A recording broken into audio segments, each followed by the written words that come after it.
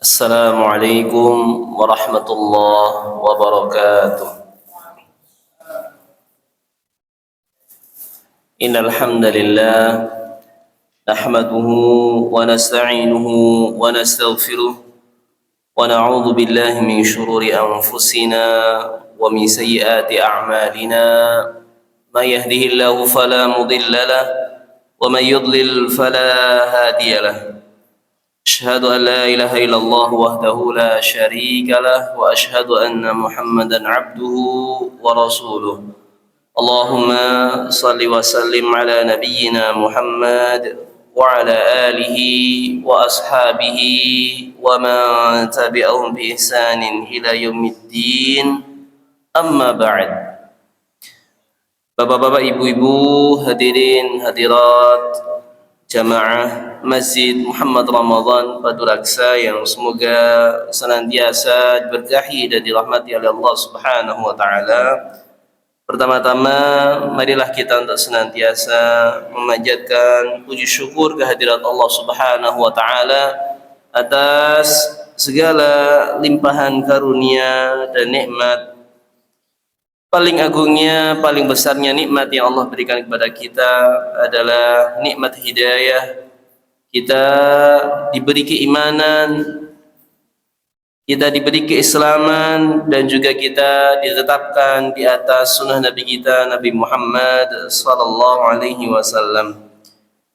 Nikmat lain pula yang hendaknya kita jangan sampai lupa mensyukurinya, yakni nikmat kesehatan dan juga nikmat waktu luang.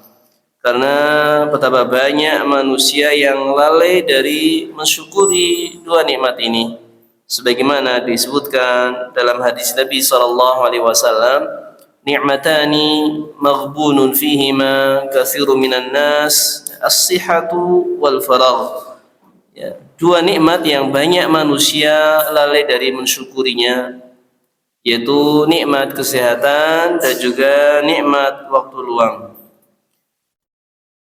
Bapak-bapak, ibu-ibu yang dimuliakan oleh Allah Subhanahu wa taala, kemudian yang berikutnya tidak lupa kita untuk senantiasa mengaturkan salawat untuk Nabi kita, Nabi Muhammad sallallahu alaihi wasallam, dan juga semoga salawat tersebut sampai kepada keluarga beliau, para sahabat beliau, para tabi'in, para atba'i tabi'in, ya, serta orang-orang yang beriman yang mengikuti mereka dengan benar hingga tegaknya hari kiamat nanti. Jamaah yang dimuliakan oleh Allah Subhanahu wa taala, insyaallah pada kesempatan malam hari ini kita akan melanjutkan kajian kita membahas kitab Umdatul Ahkam dengan syarah Taisirul Allam, syarh Umdatul Ahkam yang ditulis oleh Fadilatul Syekh Abdullah bin Abdurrahman bin Saleh Al-Bassam, hafizallahu taala. Dan kita masuk di pembahasan babur rahn, bab tentang barang gadaian. Bab tentang barang gadaian, ar-rahn, yang bisa kita artikan ke dalam bahasa kita sebagai barang gadaian atau barang jaminan, sesuatu yang tidak asing bagi kita, karena sering kita kadang-kadang ketika keadaan terdesak, membutuhkan uang, pinjaman, hutangan, agar orang tersebut mau meminjamkan uang kepada kita, maka kita menjaminkan barang, atau menggadaikan barang. Bagaimana pandangan syariat Islam terkait tentang barang gadaian ini? Nah, marilah kita simak bersama penjelasan dari pensyarah Taisirul Alam ini, di mana beliau di sini mengatakan terlebih dahulu sebagai muqaddimah, ar-rahnu bi fathir ra wa sukunil ha wa huwa lughatan as-subutu wad dawam. Ar-rahn dengan memfathah huruf ra dan mensukun huruf ha, ar-rahnu, wa huwa lughatan, dan maknanya secara bahasa yaitu as-subutu wad dawamu, tetap, dan di sini bisa disebutkan artinya dia konstan, dia diam istilahnya. Fa ukhidha ma'nahu asy-syar'i min hadza, dan makna yang syar'i pun diambil dari kata-kata ini, ya, as-subut wan dawam, ya. Ya tetap, ya diam, ya, li baqaihi wa istiqrarihi indal murtahin, karena tetapnya barang gadian tersebut, ya, di sisi orang yang memberikan pinjaman, ya, orang yang meminta barang gadai tersebut, ya, sebagai jaminan, ya, artinya orang yang memberikan hutangan, ya, al-murtahin ini adalah pihak orang yang, ya, meminta jaminan, ya, yaitu orang yang menghutangkan uang kepada orang lain, ya, al-murtahin. Wa ta'rifuhu syar'an, dan maknanya secara syar'i dijelaskan lebih lanjut lagi oleh pensyarah hafizallahu taala. Beliau mengatakan ja'lu malin tawsiqatan bidainin yustawfa minhu, ya, menjadikan harta sebagai, ya, pengikat, ya, pembuat, ya, ikatan di sini yang menjadikan seorang itu merasa aman, ya, percaya, ya, bidainin, ya, terhadap sebuah hutang yustawfa minhu, yang dimintai untuk dibayarkan, ya, istilahnya seorang ketika memberikan hutangan kan dia tentunya meminta agar hutangnya itu dikembalikan, dibayar kembali, ya, agar orang yang berhutang tersebut itu menepati janjinya membayar hutang, maka dia minta barang jaminan, barang gadian, ya, sebagai penjamin, ya, sehingga tidak mungkin bagi dia untuk melarikan diri, ya, sehingga lepas dari hutangnya. Nah, inilah fungsi dari barang gadai, ya. Atau, ya, kata pensyarah, min samani, dari nilainya, ya, barangnya nggak diserahkan tapi nilainya dia, ya, istilahnya tahan harganya, ya, in ta'azzara al-istifa min dhimmatil gharim, ya, kalau, ya, barangnya tidak mungkin kan diberikan, ya, oleh orang yang berhutang, ya, huwa jaizun bil kitabi was sunnah wal ijma' wal qiyasis sahih, dan ini hukumnya boleh, ya, kata Syekh Abdullah bin Abdurrahman, ya, Al-Bassam, hukum, ya, rahan ini boleh, dan dalilnya disebutkan dalam kitab, dalam sunnah, ijma', dan juga qiyas sahih, ya. Jadi 4 sisi pendalilan dalam agama itu ada semua, ya. Di dalam Al-Quran pun ada dalil bolehnya rahan, di dalam hadis pun ada, ijma' para sahabat pun ada, demikian pula qiyas yang sahih pun ada, ya. Kemudian lebih lanjut lagi, khafila rahimani wa rahimakumullah, pensyarah menyebutkan masing-masing dalil, ya, dari 4 jenis pendalilan ini.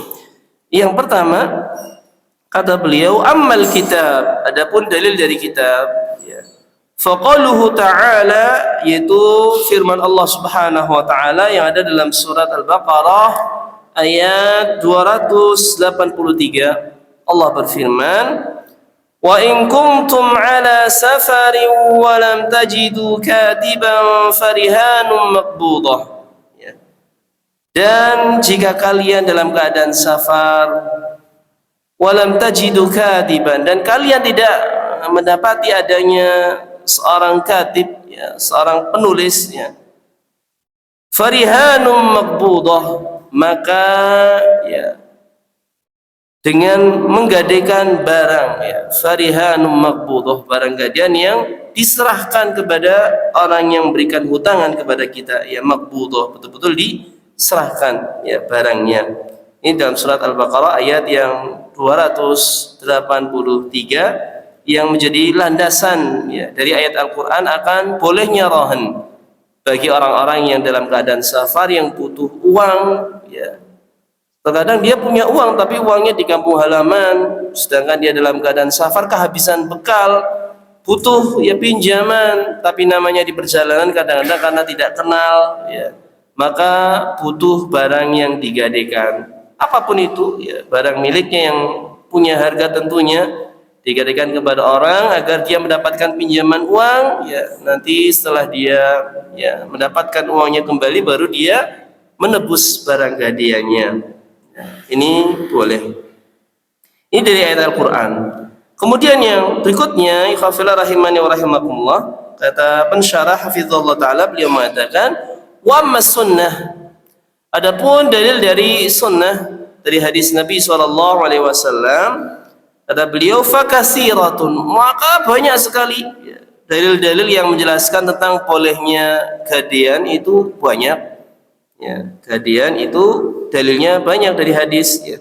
Wa minha, di antaranya ya, ma fil Bukhari, hadis yang ada dalam kitab Sahih Bukhari, an Anas, dari sahabat Anas bin Malik radhiyallahu an, qal, beliau mengatakan walaqad rahana an-nabiy sallallahu alaihi wasallam zir'ahu bisya'ir, dan sungguh Nabi sallallahu alaihi wasallam telah menggadaikan baju besinya, ya, baju perang yang digunakan beliau ketika berperang melawan orang-orang kafir, ya, bisyairin, digadaikan dengan gandum, ya, untuk kebutuhan makan beliau dan juga keluarga beliau. Ya, ini ketika kondisi memang ya sudah kehabisan, tidak ada lagi, ya, dan juga tidak ada uang yang bisa digunakan untuk membeli, Nabi SAW menggadaikan baju besinya tersebut, ya, untuk membeli, ya, gandum, ya. Ini hadis yang sahih, ya, dikeluarkan oleh Imam Bukhari, ya, di hadis yang ke 2508. Dan selanjutnya di sini disebutkan pula wa fiha hadisul bab, dan diantaranya pula adalah hadis bab ini yang nanti insyaallah akan disampaikan oleh, ya, dibawakan dalilnya oleh Al-Imam Abdul Ghani Al-Maqdisi, ya, rahimahullah taala, ya. Wa ghairuhuma katsir, dan selain dari dua hadis ini yang banyak, ya. Jadi dari hadis itu banyak, ya, di sini disebutin yang, ya, menjadi pokok saja dari pembahasan kita, ya. Wa ajma'al muslimuna ala jawazih, lalu Syekh juga menyebutkan bahwasanya kaum muslimin semuanya bersepakat akan bolehnya gadai ini, ya, bolehnya gadai ini, ya, terlebih lagi, ya, bagi orang yang menghutangi, ya, agar dia merasa aman, ya, orang yang berhutang ini tidak kabur, dia butuh sesuatu yang bisa menjamin, ya, barang gadai yang bisa dia, ya, kuasai, ya, sebagai penjamin, sehingga kalau barangkali tidak bisa melunasi atau kabur, maka barang gadai ini bisa sebagai penggantinya. Hanya saja muamalah terhadap barang gadai ini nanti harus diperhatikan, ya, tata caranya sesuai syariat Islam, ya, tidak boleh kita, ya, berlaku sewenang-wenang ataupun zalim ataupun melampaui batas terhadap barang gadai ini, ya. Wa in ikhtalafu fi ba'di masaili, walaupun, ya, sebagian mereka berselisih, ya, terhadap beberapa permasalahan barang gadai, ya, namanya masalah fiqih, ya. Kadang-kadang antara satu ulama dengan ulama yang lain pun ada beda pendapat, ada beda paham.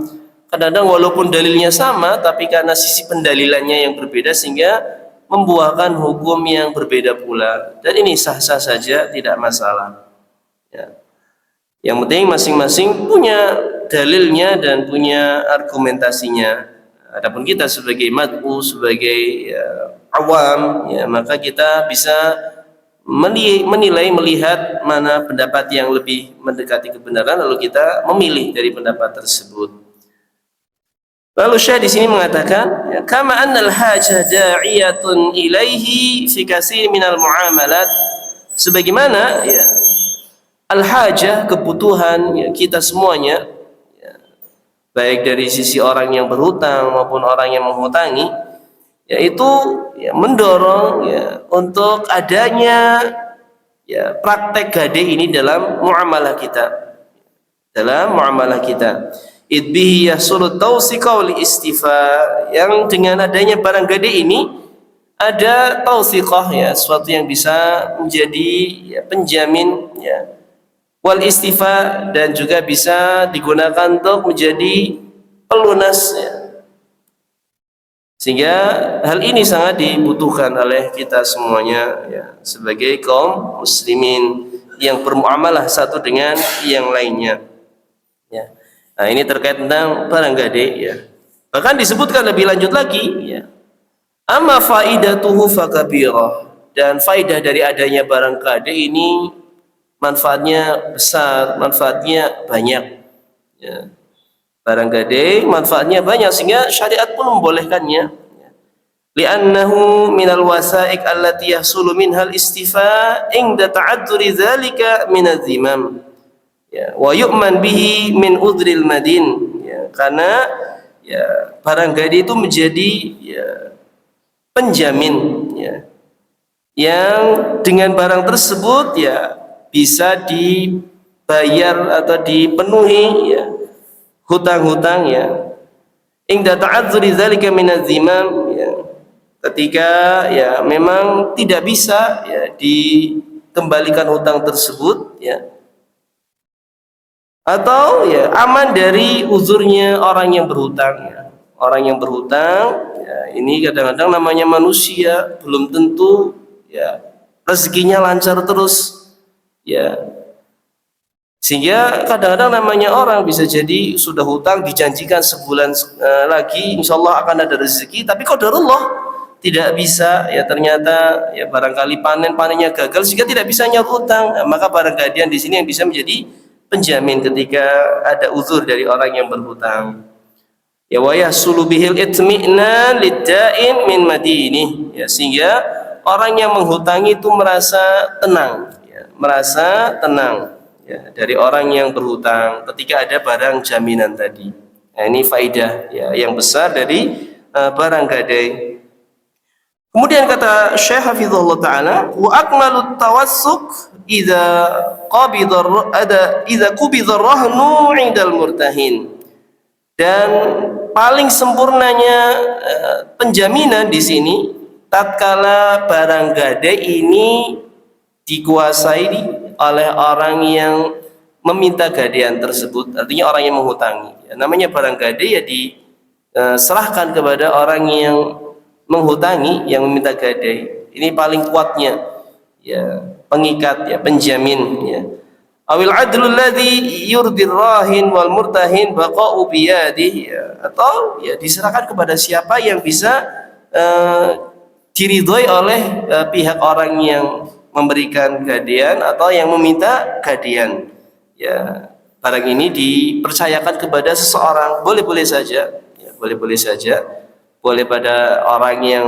meminta gadaian itu paling kuatnya atau minta ditaruh di seseorang yang dipercaya diridhoi oleh kedua belah pihak ya fa illam yahsul qabduhu farahnu sahihun lazimun dan walaupun di sini tidak ada serah terima barang gadai tadi dari orang yang memberikan barang gadai kepada orang yang meminta walaupun tidak terjadi serah terima di sini maka gadaian di sini ya dihukumi sahih lazim ya, sahih dan ya harus ada ya ketika memang dipersyaratkan untuk ada barang gadaian diminta oleh pihak yang menghutangi walakinnahu naqisul faidah qalilus samarah tetapi ya yang sifatnya tadi bukan langsung dipegang ya dikuasai oleh orang yang meminta gadaian orang yang menghutangi ini kurang faedah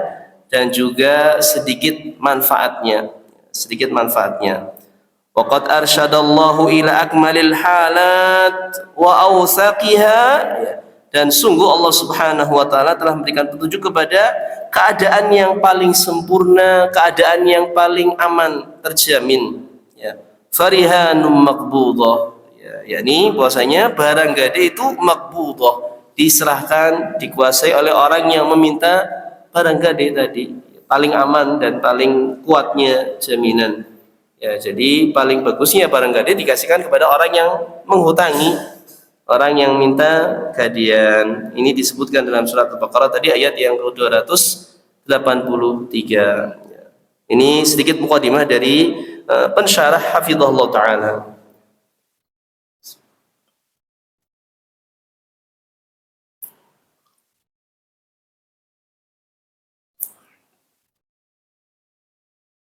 Khafila rahimani wa rahimakumullah. Kita masuk pada hadis dari bab ini dan juga penjelasan ya atau syarah ya, dan juga faidah-faidah dari hadis bab ini. Di dalam hadis yang ke 275, Al-Imam Abdul Ghani Al-Maqdisi rahimahullah taala di sini membawakan sebuah hadis yang menjadi hadis bab tentang gade. An Aisyah radhiyallahu anha, dari Aisyah, semoga Allah Subhanahu wa taala meridhoinya, anna Rasulullah sallallahu alaihi wasallam ishtara min yahudiyyin ta'aman, bahwasanya Rasulullah sallallahu alaihi wasallam membeli dari seorang Yahudi, ya, berupa makanan, ya. Jadi Nabi sallallahu alaihi wasallam beri makanan dari seorang Yahudi. Warahanahu dhir'an min hadidin, dan menggadaikan baju besinya, ya, menggadaikan baju besinya, ya.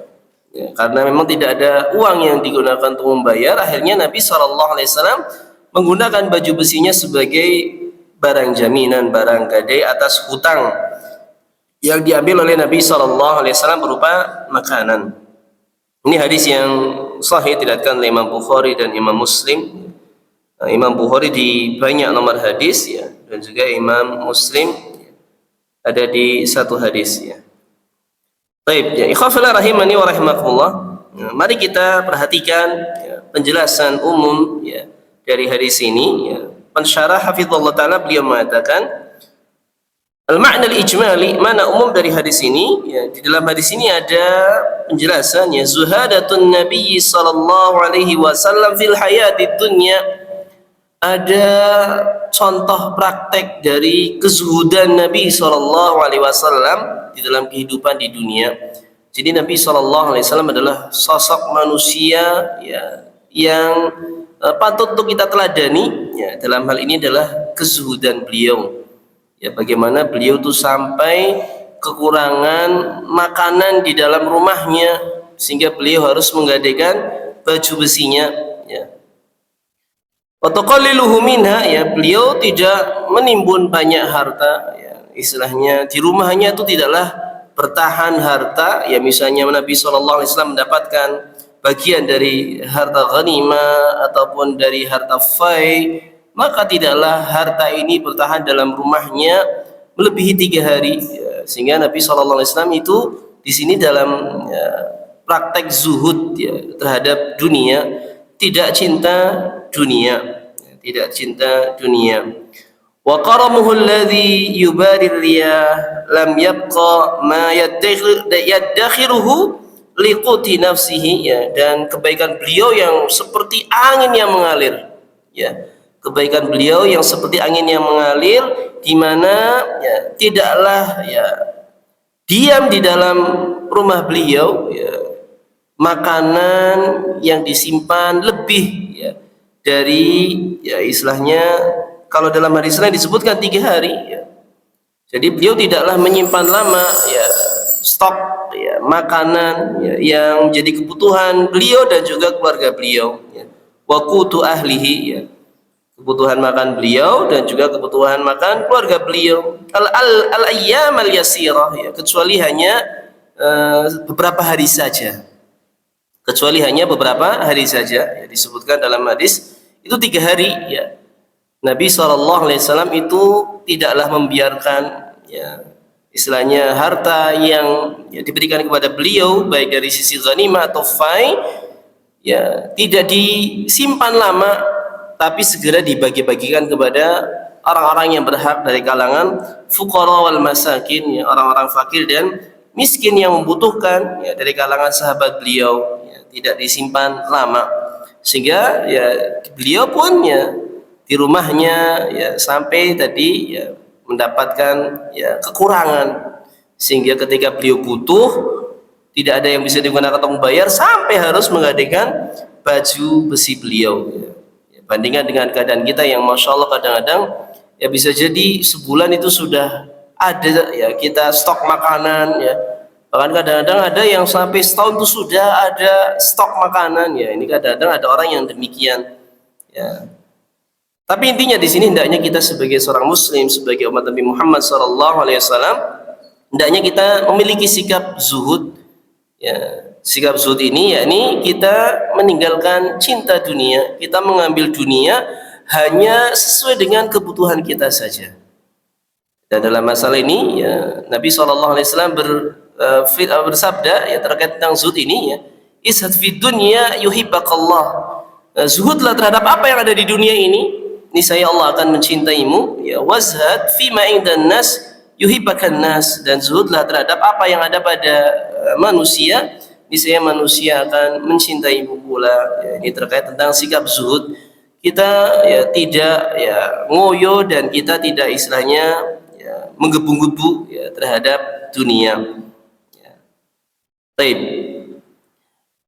Dilanjutkan keterangan di sini, walihada faqad ala bihil amru an ishtara min yahudiyyin ta'aman min sya'irin. Sehingga ya di sini ketika memang sudah tidak ada stok makanan lagi di rumah beliau ya, karena sudah habis dibagi-bagi, sehingga beliau butuh ya untuk membeli makanan, dan qadarullahnya enggak ada uang ya. Sehingga beliau pun membeli makanan dari seorang Yahudi berupa gandum, dengan rahanahu ma huwa muhtajun ilaihi lil jihad fi sabilillah, menggadaikan apa yang beliau butuhkan untuk berjihad di jalan Allah Subhanahu wa taala, wa ila'i kalimati, untuk menegakkan kalimat Allah Subhanahu wa taala, wa huwa zir'uhu alladhi yalbasuhu fil hurub, dan itu adalah baju besi yang beliau pakai ketika perang ya, ketika perang ya. Wiqayatan ba'da ya Allah Ta'ala min silahil adu wa kaidihim, sebagai bentuk penjagaan ya setelah Allah Subhanahu wa taala dari pedang-pedang musuh, dan juga dari makar-makar mereka ya, makar-makar mereka. Ya intinya ikhwafillah rahimani wa rahimakumullah, bahwasanya di sini ya Nabi SAW tuh menggadaikan baju besinya untuk membeli makanan berupa gandum, dan di sini kita mendapatkan pelajaran tentang sikap zuhudnya Nabi SAW yang tidak ya istilahnya bahasa kita itu istilahnya menimbun barang ya, menimbun barang di rumah ya. Walaupun seandainya ya menimbun barang ini dengan cara yang betul itu tidaklah masalah ya, misalnya kita punya uang kita beli ya, misalnya untuk stok sebulan ya beras misalnya 100 kilo misalnya, untuk stok sebulan misalnya ya, barangkali karena keluarganya besar ya, atau berapapun misalnya di situ ya. Tapi Nabi SAW tidak melakukan itu. Nabi SAW lebih ya mengutamakan tadi kedermawanan beliau dibagikan kepada para sahabat yang fakir miskin, sehingga tidaklah ya bertahan lama, hanya beberapa hari saja ya. Dalam hadis yang lain disebutkan 3 hari ya, makanan tersebut itu bertahan di rumah Nabi SAW. Ya, ikhwafillah rahimani wa rahimakumullah. Selanjutnya di sini disebutkan beberapa faedah dari hadis ya. Yang pertama ya, pensyarah hafizahullah taala beliau mengatakan jawazur rahni ma'a subutihi fil kitabil azizi aidan, dibolehkannya ya, menggadaikan barang di sini ataupun meminta barang gadaian ya, ma'asubutihi fil kitabil aziz aidan ya, dan ini juga tetap ya hukumnya disebutkan dalam Al-Qur'an Al-Aziz ya, Al-Qur'an Al-Aziz. Jadi barang jamin itu sesuatu yang boleh ya, boleh. Tapi lihat bagaimana Nabi SAW ketika memberikan barang itu betul-betul untuk kebutuhan yang pokok ya. Beliau adalah sosok yang tidak mudah berhutang, apalagi hutang untuk gaya hidup ya. Yang ironinya qadarullah kalau zaman sekarang betapa banyak ya kaum muslimin, terutama generasi-generasi muda ya, yang akses ke HP itu sangat besar, di mana di HP tersebut itu ada pinjol ya, yang sangat mudah sekali untuk didapatkan. Betapa banyak mereka yang terjerumus kepada hutang yang sifatnya untuk gaya-gayaan ya. Ganti HP ya, istilahnya ngajuin kredit di aplikasi online misalnya, atau pengen barang apa yang dia inginkan ya, karena ya iri kepada orang lain juga yang beli, akhirnya dia tadi berhutang ya, bukan untuk kebutuhan hidup yang mendesak, hanya sekedar untuk gaya-gayaan. Maka ini hendaknya dihindari. Nabi SAW tidaklah berhutang kecuali kalau dalam keadaan yang terdesak ya. Adapun kalau untuk yang sekedar gaya hidup ataupun apa, maka Nabi SAW tidak melakukannya. Bahkan Nabi SAW sendiri dalam sebuah doanya itu berdoa agar tidak sampai berhutang. Berdoa agar jangan sampai berhutang, ya, karena hutang ini kalau tidak bisa dilunasi di dunia ini, urusannya belum berakhir, tapi akan berlanjut sampai hari kiamat. Bahkan saat masuk surga, ketika seorang masih punya hutang, itu akan tertahan sampai dilunasi hutangnya tersebut, dan melunasi hutang di akhirat tentunya dengan diambilnya kebaikan-kebaikan kita, amal soleh kita. Nah, ini yang pertama, ya, bolehnya rahan, bolehnya gadai. Tadi Nabi SAW menggadaikan baju besinya untuk kebutuhan pokok. Kemudian yang berikutnya, ikhwafillah rahimani wa rahimakumullah, pensyarah hafizahullah ta'ala beliau mengatakan jawazu muamalatil kuffar, bolehnya kita bermuamalah dengan orang kafir. Berarti kan Nabi SAW di sini bertransaksi dengan orang Yahudi yang nyata-nyata kafir, yang nyata-nyata kafir, ya. Dan di sini disebutkan wa annaha laysat narukuni ilaihim almanhi anhu, ya, dan ini bukan, ya, sesuatu yang kita, ya, hidup, ya, tenang dengan mereka, yang terlarang artinya kita senang kepada mereka, ya. Ini bukan, ya, bukan dalam hal termasuk hal itu, ya, hanya sekedar muamalah duniawi saja. Ya. Qala San'ani, lalu disebutkan di sini perkataan dari Al-Imam As-San'ani, wa huwa ma'lum min ad-din darurah, ya. Wa huwa ma'lum min ad-dini daruratan, dan ini adalah sesuatu yang diketahui, ya, dari agama, yang, ya, secara dasar orang itu tahu tentang bolehnya bermuamalah dengan orang kafir. Itu sah-sah saja, boleh-boleh saja. Kita beli dari orang kafir beli dari kita, ya, jual beli antara kita dengan orang kafir itu hukumnya boleh, ya. Terlebih lagi di sini kita lihat langsung Nabi SAW yang melakukan transaksi jual beli dengan orang Yahudi. Fa innahu sallallahu alaihi wasallam wa ashabuhu aqamu bi Makkah 13 sanatan yu'amiluna al-musyrikin. Nabi sallallahu alaihi wasallam dan juga para sahabatnya radhiyallahu anhum, mereka tinggal di Mekah selama 13 tahun, ya. Yu'amiluna al-musyrikin, bermuamalah dengan orang-orang musyrik, ya, kafir Quraisy yang menyembah berhala, ya. Wa aqamu fil Madinah 10 yu'amilu huwa wa ashabuhu ahlal kitab wa yanziluna aswaqahum. Dan Nabi SAW juga tinggal di Madinah selama 10 tahun, dari mulai awal hijrah sampai dengan Nabi SAW meninggal dunia 10 tahun. Ya, Nabi SAW dan juga para sahabatnya bermuamalah, ya, dengan orang-orang ahlu kitab, ya, baik dari kalangan Yahudi ataupun Nasrani, ya. Mereka, ya, masuk ke pasar-pasar yang dibuat oleh orang-orang Yahudi dan juga orang-orang Nasrani yang sudah ada di Madinah kala itu, ya. Tidak masalah, boleh istilahnya kita bertransaksi, ya, dengan mereka, kita berjual beli dengan mereka. Dan alhamdulillah ini pun sampai di saat sekarang ini, ya, di zaman kita sekarang ini pun, ya, orang-orang Islam pun meyakini akan kebolehannya, ya, tidak masalah, ya, berjual beli. Hanya saja memang, ya, ketika ada pilihan, ya, ada penjual muslim, pedagang muslim, ada pedagang kafir, ya, yang sama-sama berjualan di sini, ya, tentunya kalau bisa kita lebih mendahulukan yang pedagang muslim tentunya, ya, tentunya. Kenapa? Karena dengan kita membeli pada pedagang muslim ini, ya, itu bisa, ya, menjadi, ya, penghasilan nafkah dari pedagang muslim tadi, yang juga dia gunakan barangkali untuk menafkahi keluarganya.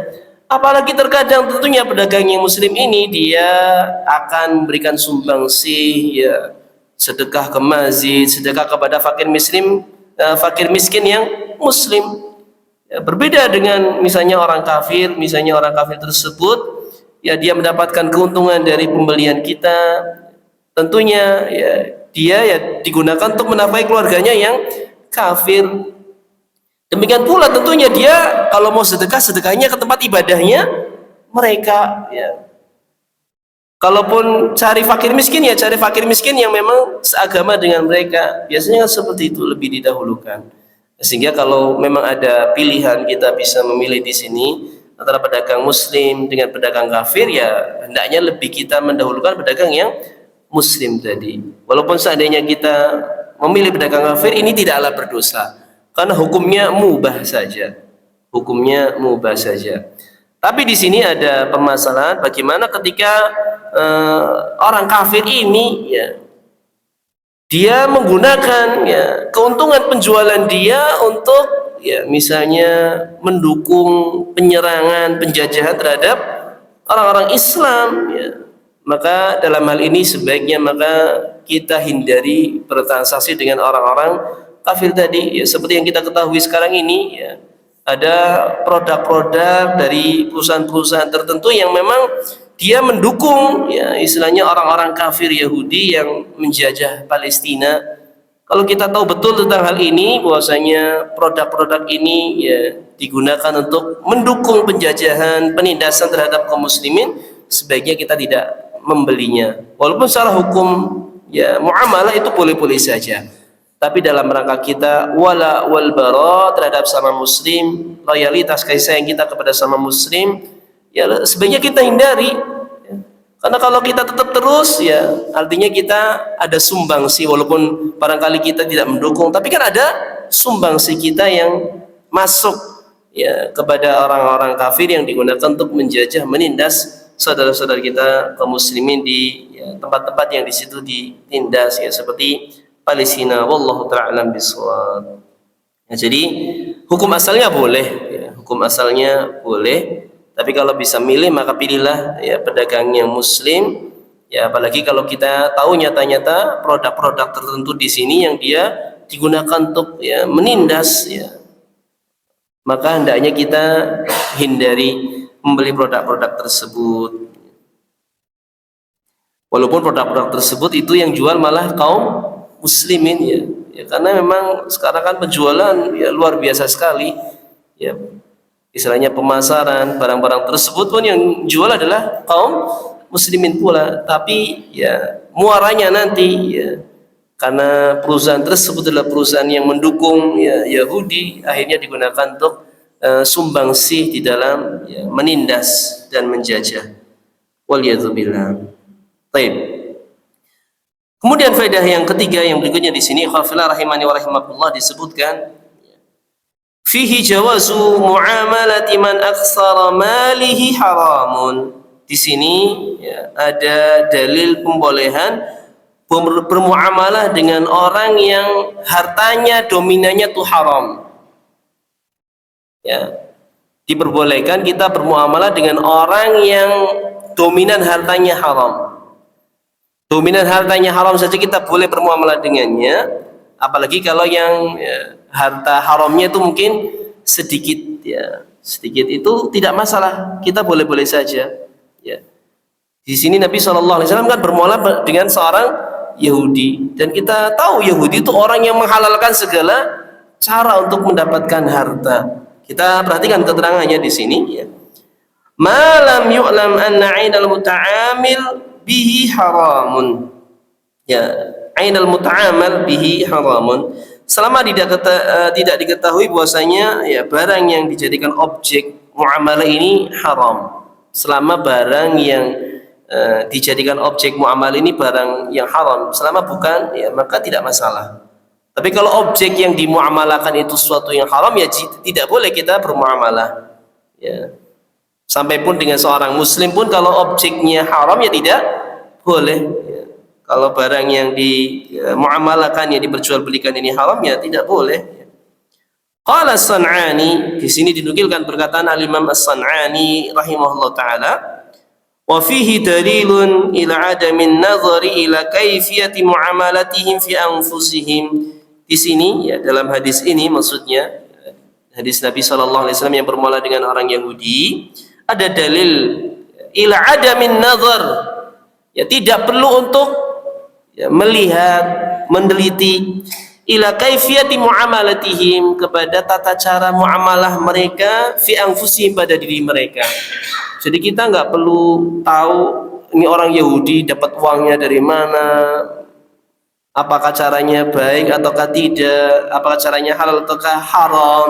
Tidak perlu ya. Nabi SAW tidak ya melakukan hal tersebut ya. Fa innahu minal ma'lum annahum yabi'una al-khumur wa ya'kuluna as-sukht wa yaqbiduna. Ya, dan diketahui bahwasanya orang-orang Yahudi itu ya mereka menjual khamr, mereka memakan ya makanan apa dari hasil-hasil yang haram ya.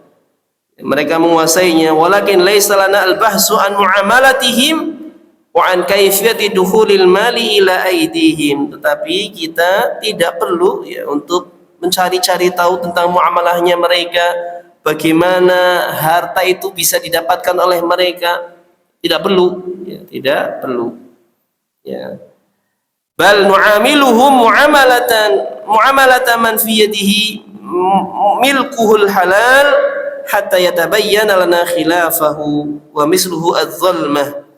Tetapi kita bermuamalah dengan mereka seperti kita bermuamalah dengan orang-orang yang ya, di tangannya itu adalah barang yang halal yang miliknya.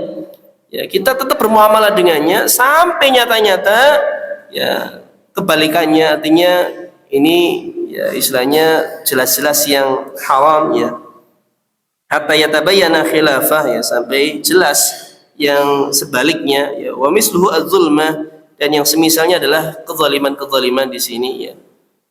Jadi bagaimanapun mereka bermuamalah ya di belakang kita istilahnya, bagaimanapun cara mereka mendapatkan harta, kemudian kita mau bermuamalah berjual beli dengan mereka, ini sah-sah saja, boleh-boleh saja ya.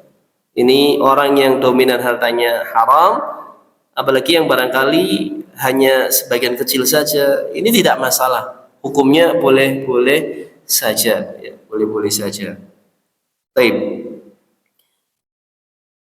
Tapi tentunya kita lebih tenang ketika bermuamalah dengan orang yang memang ya dia hasilnya itu dari yang halal-halal ya. Ya kita membeli darinya itu barang yang jelas, bukan barang yang tidak jelas ya, semisal barang curian, barang hasil merampok misalnya. Ini kan lebih tenang dibandingkan dengan kita membeli barang hasil curian, barang hasil rampokan ya. Barang hasil misalnya ya, jambret ya, misalnya kita tahu ya, ini kan tidak membuat kita tenang ya. Tapi kalau kita istilahnya membeli dari yang halal kan tenang. Tapi walaupun demikian misalnya ya itu hukumnya boleh-boleh saja tanpa kita mengetahui misalnya ya. Tapi kalau sudah mengetahui ya sebaiknya dihindari ya. Kalau sudah mengetahui sebaiknya dihindari. Baik. Kemudian faedah yang berikutnya ikhwafillah rahimani wa rahimakumullah, yang keempat dijelaskan oleh pensyarah hafizallahu taala, beliau mengatakan walaysa fil hadis dalilun ala jawasi bai'i silahi 'alal kuffar. Di dalam hadis ini tidak ada dalil akan bolehnya menjual pedang kepada orang-orang kafir, ataupun bahasanya kita sekarang ini yang menjual senjata apapun itu. Ya, misalnya kita sebagai seorang muslim Allah karuniai kemampuan untuk bisa membuat senjata api misalnya, atau merakit bom yang bisa digunakan untuk berperang melawan orang-orang kafir. Tidak boleh bagi kita untuk menjual persenjataan tersebut. Tidak boleh bagi kita untuk menjual persenjataan tersebut ya. Karena kalau persenjataan ini ya, kita jual beli kepada orang kafir, ini termasuk perbuatan khianat ya, perbuatan khianat ya. Ya, adapun yang baju besi yang dijual oleh Nabi SAW ini dia termasuk senjata ya. Disebutkan di sini keterangannya li'anna zir'a laisa minas sila, baju besi itu bukan kategori senjata ya. Li'anna rahna laisa bai'an aidan, demikian pula gade itu bukan masuk bagian dari jual beli, karena kan sebenarnya dia tidak niat untuk memberikan ini, hanya sebagai jaminan saja, nanti ya lain waktu dia akan ambil kembali ya, dengan uang ketika sudah ada ya. Wali'anna alladhi rahana 'indahu an-nabiy sallallahu alaihi wasallam dir'ahu fi hisabil musta'minin alladhina tahta al-himayah wal hirasah.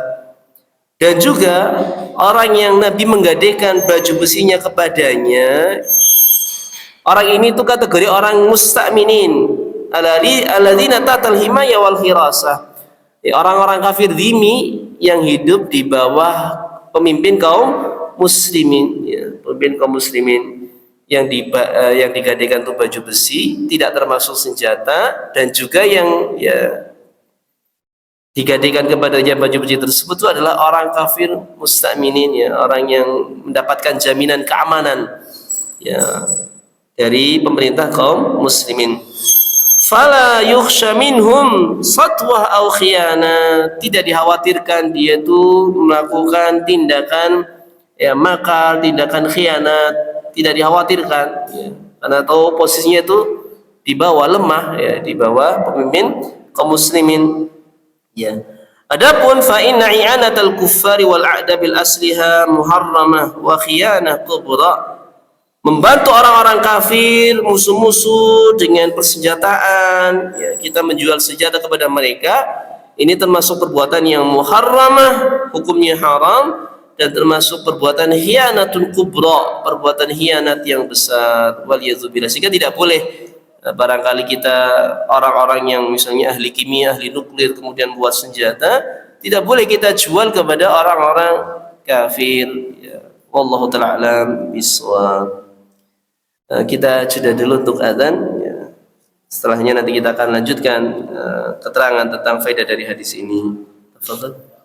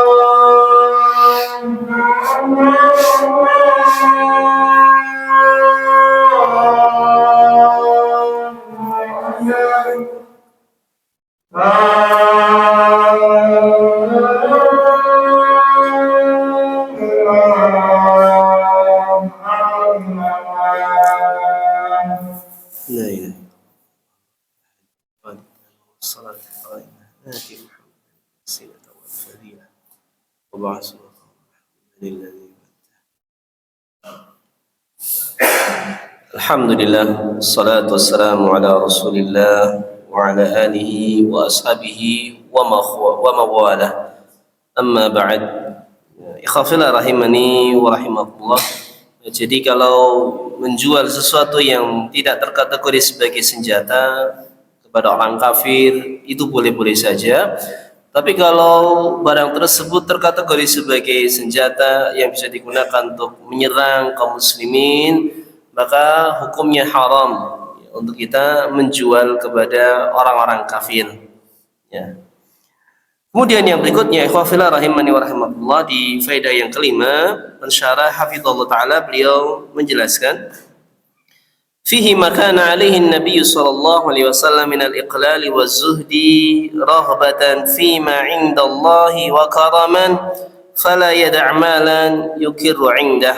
Ya, di sini kita melihat ya, kehidupan Nabi sallallahu alaihi wasallam yang ya istilahnya hidup dalam kekurangan, ya, zuhud terhadap dunia, tidak cinta dunia, tidak menimbun harta. Ketika ada harta yang sampai kepada beliau, tidak dibiarkan lama di rumahnya, tapi beliau mencari orang-orang fakir miskin, kemudian diberikan kepada mereka, dibagikan.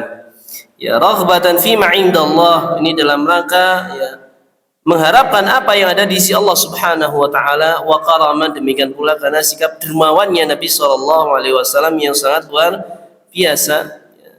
Dan ini adalah sikap yang mulia yang hendaknya kita contoh dari Nabi kita Nabi Muhammad sallallahu alaihi wasallam. Jangan sampai kita hidup kenyang dan ternyata ada tetangga kita yang kelaparan. Maka hendaknya kita lihat ya keadaan orang-orang yang ada di sekitar kita. Ketika kita melihat ada orang yang kekurangan, ya hendaknya kita berusaha membantu semampu kita. Ya. Dan tadi hendaknya kita menghindari ya, menimbun harta. Karena perbuatan menimbun harta itu berarti ada indikasi dia cinta kepada dunia.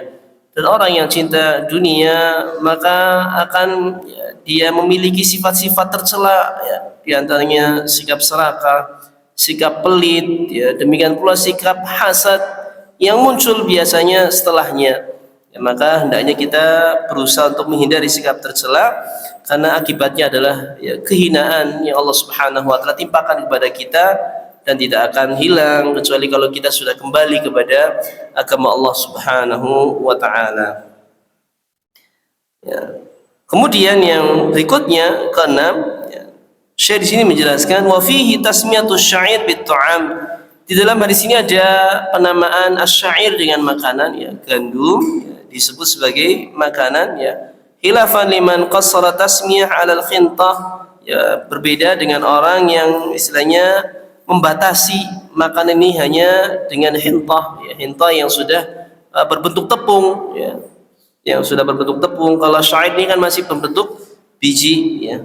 Faqad sabata min ba'di turuq annahu 20 aw 30 sa'an min syair, dan telah tetap di dalam sebagian riwayat ya jalan hadis bahwasanya yang diambil oleh Nabi sallallahu alaihi wasallam adalah 20 aw 30 sa'an, 20 atau 30 sa' min syair dari gandum ya. Satu sa' 4 mud ya, 4 mud ya 4 kali ini ya. Berarti kalau 20 ya 20 kali 4 80 mud ya, 80 mud, atau kalau 30 ya berarti 120 mud ya. Kalau dikonversikan ke gram ya kurang lebih berapa ya? 20 sa' ya, 20 sa' ya. Kalau yang kita zakat fitri aja satu sa' itu kisaran 2,5 kilo ya. 2,5 kilo ini umumnya, walaupun memang ada sedikit perbedaan konversi ya. Kadang-kadang ada yang 2,5, ada yang 2,7, bahkan ada yang mencari aman 3 kilo ya, 3 kilo ya, mud Nabi sallallahu alaihi wasallam ya. Tapi umumnya kan orang ketika zakat fitri satu sa' dengan 2,5 kilogram 2,5 kilogram ya. Kalau dikalikan misalnya 2,5 kali 20 ya berarti 50 ya, 50 kilo. Ini yang dipinjam oleh Nabi sallallahu alaihi wasallam ya, dari seorang Yahudi tersebut ya, untuk kebutuhan makan beliau dan keluarga beliau ya. Apalagi kita tahu keluarga Nabi sallallahu alaihi wasallam itu istrinya banyak ya, tidak cuma satu ya. Kemudian yang berikutnya ikhwafillah rahimani wa rahimakumullah ya, di faedah yang terakhir dari hadis ini yang ketujuh, wa fihi jawazur rahni fil hadar. Di dalam hadis ini ada dalil bolehnya jaminan bagi orang yang tidak berpergian, ya, orang yang ya tinggal di perkampungan. Karena kalau dalam ayat kan ya ketika kamu safar tidak dapat pencatat, ya maka barang jaminan. Nah, ini kalau di ayat ya, sedang safar. Tapi di hadis ini ada dalil akan bolehnya rohan barang gade walaupun orang tersebut tidak safar, orang tersebut hadir ya di perkampungan, tinggal di situ. Fatakunul ayah mukhrajah makhrajal ghalib hinama ya'uzul katib wa syahid fis safar. Dan ayat ini ya keluar ya untuk yang sifatnya umum, ya tatkala memang tidak ada al-katib ya wasyahid fis safar, ya. Wa hadha madhhabu jumhuril ulama, dan ini adalah madhab jumhur ulama, ya. Khilafan liman naqala an Mujahid wa Dhahhak wa madhhabu Zahiriyah, berbeda dengan yang dinukil dari Mujahid, dari Al-Dhahhak, dan juga dari imam-imam madhab Zahiriyah, min anna rahna khasun fis safar dunal hadar, bahwasanya gade itu khusus untuk orang yang safar saja. Kalau tidak safar ya, di tempat tinggalnya di kampungnya, maka tidak boleh menggunakan ya, gade di sini lima fumil ayat, berdasarkan umumnya ayat ya yang dipahami dari ayat tersebut. Tapi ini ya dihapuskan dengan hadis ini, bahwasanya itu tidak khusus untuk orang yang safar, orang yang hadir saja tinggal di sebuah kampung ya, di sebuah kota ya, boleh ya di sini dia mengamalkan gadai ya, ketika misalnya memberikan pinjaman dia meminta barang gadai, ataupun ketika orang meminjam agar dimudahkan ya dikasihkan pinjaman, dia ya memberikan jaminan. Itu boleh-boleh saja, tidak hanya bagi orang yang safar saja. Wallahu ta'ala a'lam bishawab. Ini saja yang mungkin dapat kami sampaikan keterangannya dari kitab Taisirul Alam ya, Syarah Umdatul Ahkam ya, yang ditulis oleh Al-Imam Abdullah bin Abdul Rahman ya, Al-Bassam hafizahullah taala. Barangkali ada yang disampaikan, ditanyakan, kami persilahkan. Silakan, tafadhol.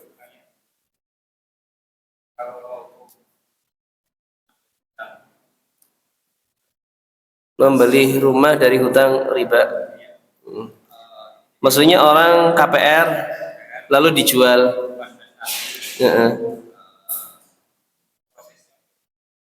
Kalau kita membelinya secara pakai syar'i, ataupun kalau kreditnya syar'i, tidak masalah. Walaupun itu rumah dulunya KPR misalnya, kita beli ya, itu tidak apa-apa, boleh-boleh saja. Ya, wallahu ta'ala alam bishawab. Ya, kan rumahnya kan sesuatu yang halal jelas ya. Hanya saja orang dahulu membelinya dengan cara KPR, yang artinya di situ ada transaksi ribawi. Lalu orang itu ingin menjual kepada kita, ya, barangkali pengen entah tutup hutang atau apa, ya, sehingga dijual dan kita bisa belinya ya dengan cash. Alhamdulillah misalnya ya kita kasih ya, bukan dengan yang lanjutin kreditan. Kalau lanjutin kreditan berarti kita masuk dalam kategori transaksi ribawi ya, kita ikut ya nimbrung di situ. Tapi kalau kita tidak ada sangkut pautnya dengan KPR, kita membeli ya tunai, ataupun kalau misalnya kita hutang kepada orang misalnya untuk membeli itu, hutangnya syar'i, maka tidak masalah, boleh-boleh saja. Wallahu ta'ala alam bishawab. Lelang.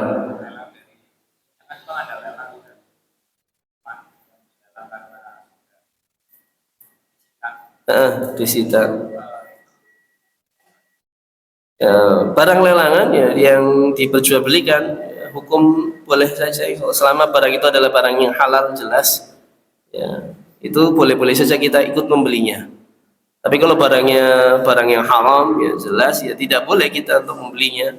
Semisal lelang narkoba kalau ada ya, tapi insyaallah sih nggak ada ya, hanya palingan yang KPR kan kayak rumah ataupun kendaraan ya, kemudian dilelangkan, kemudian kita membeli barang tersebut, membelinya dengan transaksi yang jelas, yang sah, yang syar'i, maka insya Allah tidak masalah, boleh-boleh saja. Wallahu ta'ala alam bishawab. Ada yang lainnya? Ya, tafadhol. Ya, kredit syar'i yang misalnya orang ya sudah ditetapkan misalnya 1 juta, nyaur ya 1 juta. Tidak boleh ada tambahan baik karena keterlambatan denda ataupun misalnya apa ya, itu tidak boleh. Itu namanya kredit syar'i. Ya. Sehingga kalau seseorang dia memberikan kredit syar'i, ya boleh-boleh saja. Utang 10 juta ya kembalinya 10 juta. Ya. Cuman ya sulit. Iya, kalau sekarang banyak ya produk-produk bank yang ngomongnya syar'i tapi sebenarnya tidak syar'i. Ya. Kenapa? Kalau mahal tidak masalah. Ya.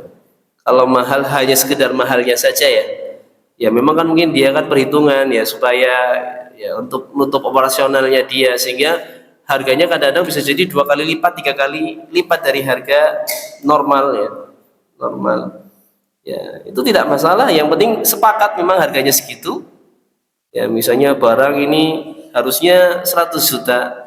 Ketika di kredit syar'i, nggak ada denda, nggak ada apa, harganya jadi misalnya 200 juta misalnya. Ketika sudah disepakati harga antara dua belah pihak, sah-sah saja. Boleh-boleh saja. Ya.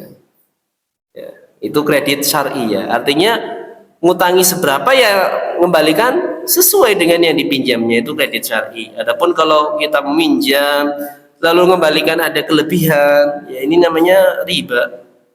Kredit yang riba. Ya, sebenarnya bank-bank bisa kalau mau menerapkan ini ya, dan itu termasuk bentuk ta'awun, sehingga orang yang memberikan pinjaman sebanyak 2 kali itu dianggap sedekah sekali. Karena memang ini kan ta'awun, ya, kebaikan. Orang yang memberikan pinjaman sebanyak 2 kali, uangnya balik lagi, dia dinilai sedekah 1 kali. Itu adalah keutamaan bagi orang yang memberikan pinjaman kepada orang lain dengan pinjaman yang syar'i, tidak ada meminta tambahan. Adapun kalau minta tambahan, maka kategorinya kredit yang tidak syar'i. Ya, kredit yang tidak syar'i. Mafhum ya? Ya. Ya. Silakan Pak.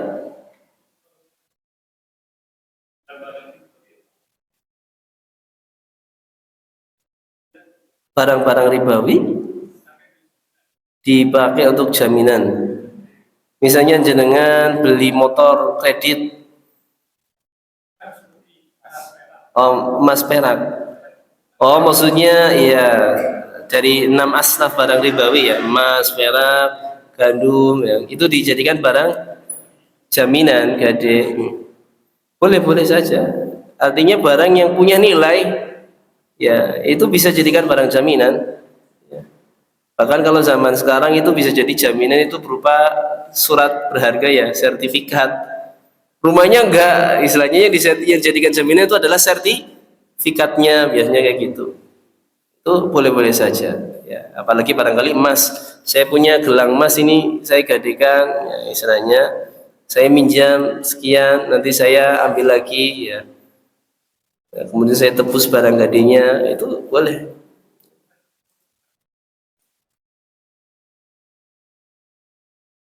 Nah, ini terkait tentang barang jaminan ya, salah satu adab terhadap barang jaminan bahwasanya orang yang dia ya, sedang menguasai barang jaminan ya, artinya karena dia kan orang yang menghutangi lalu minta jaminan, barang jaminan ini tidak boleh dimanfaatkan, tidak boleh digunakan. Kalau dia menggunakan barang jaminan ini dia mendapatkan manfaat, ya artinya dia terjatuh ke dalam riba. Karena ya kaidah dari hadis Nabi sallallahu alaihi wasallam, kullu qardin jara naf'an fahuwa riba. Setiap hutang yang mendatangkan manfaat maka kategorinya riba. Ya misalnya orang gadekan sepeda motor, sepeda motornya dipakai sama orang yang ya minjemi tadi, ya yang minta gade, ya.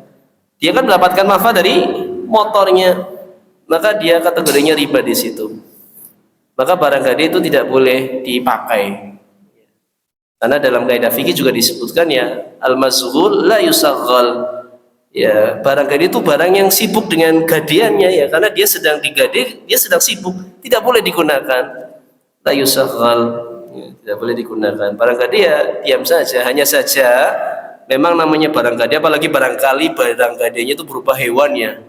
yang harus ya dibiayai, kasih makan. Ya kalau motor misalnya barangkali kalau lama didiamkan kan malah bisa rusak ya mesin ya. Kadang-kadang butuh dipanasi, panasi kan butuh bensin. Siapa yang menanggung? Yang menanggung yang punya barang. Kalau misalnya jaminannya berupa hewan ternak kuda misalnya, biaya makanannya yang nanggung ya yang punya kuda. Yang dia apa namanya meminta jaminan itu hanya sekedar biar barangnya itu di sini gitu biar jelas aman. Tapi beban dari ya, biaya hidupnya si kuda ini ya jadi milik pemiliknya yang asli yang menjaminkan barang ini. Demikian pula misalnya motor barangkali butuh servis, butuh apa, ya yang nanggung ya orang yang punya. Adapun kita misalnya kita posisinya minjami, barang jaminan itu ada pada kita, kita tidak boleh menggunakan. Kita tidak boleh menggunakan. Kalau menggunakan maka terjatuh ke dalam riba. Ada solusi yang ditawarkan di sini agar kita tidak terjatuh riba, maka kita bisa dengan sistem ya, motornya kita jadiin barang jaminan dan kita juga sewa. Sehingga kita menggunakannya itu kita bayar sewa kepada pemilik motor. Ya supaya bisa dimanfaatkan, supaya ya bisa panas kan biasanya orang juga lebih senang ya ketika motornya itu digunakan daripada didiamkan saja malah lama-lama bisa jadi ya akinya tekor atau ya bermasalah mesinnya. Ketika dipakai terus dipanasi kan malah biasanya semakin ya aman lah, aman. Nah, misalnya sehingga ya sudah apa-apa ya akhirnya disewakan. Kalau disewakan statusnya di sini orang yang tadi ya menguasai barang gade di situ, tapi dia membayar biaya sewa ketika dia pakai motor. Nah, maka di situ tidak masalah. Ya, ini sebagai solusi. Tapi kalau yang aman ya benar-benar nggak dipakai karena dia barang gade tidak boleh dipakai. Kalau kita mendapatkan manfaat dari gadean, ini kategorinya kita terjatuh ke dalam praktek ribawi. Walaupun mengizinkan. Kalau sekedar manasi kan tidak menggunakan ya. Malah, berarti dia istilahnya termasuknya menolong orang yang punya motor itu biar motornya itu dipanasi. Beda dengan kita kemudian pakai jalan-jalan. Kalau manasi cuma di tempat, ya biar istilahnya motornya ya panas mesinnya di sini kan tidak digunakan untuk jalan-jalan ya. Malah dia termasuknya menolong orang yang punya motor. Itu termasuk bentuk baiknya dia, ihsannya dia. Tapi kalau yang tadi menggunakan jalan-jalannya ke kota, manasin motor ngomongnya ini berarti kan mendapatkan manfaat ya, maka tidak boleh. Wallahu ta'ala alam bisawab. Ya, bisa dipahami gimana ini? Jadi barang gadean tidak boleh digunakan walaupun diizinkan ya. Kalau mau keluar dari hal riba tersebut ya maka dengan tadi ya, disewa.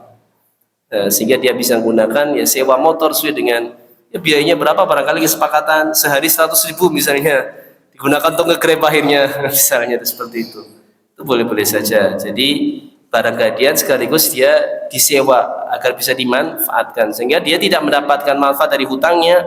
Dia ketika menggunakan dia membayar uang sewa, itu boleh. Wallahu ta'ala alam bisawab. Ada yang lain barangkali? Cukup? Kalau tidak ada kita ya, tafadhol.